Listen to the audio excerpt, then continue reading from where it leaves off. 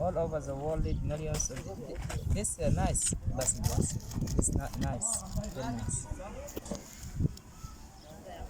Today, the great offers appeal to meet rise to people awareness of the importance of trees forest. All over the world, millions of trees are being planted.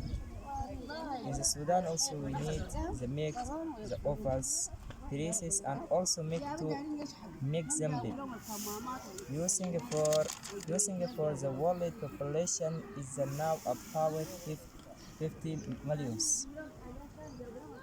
It is expected to rise to 8,000 for 5 millions by the year 2025.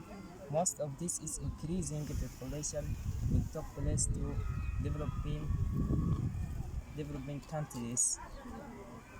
In these countries, 60 increasing that agricultural production will be needed to make sure there is enough food for everyone. Already about 50 million people suffer from the malnutrition and 15 million people died from it is a very every year.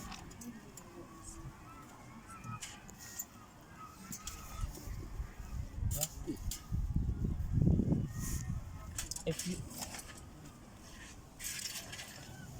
first was a beginning, I think yes.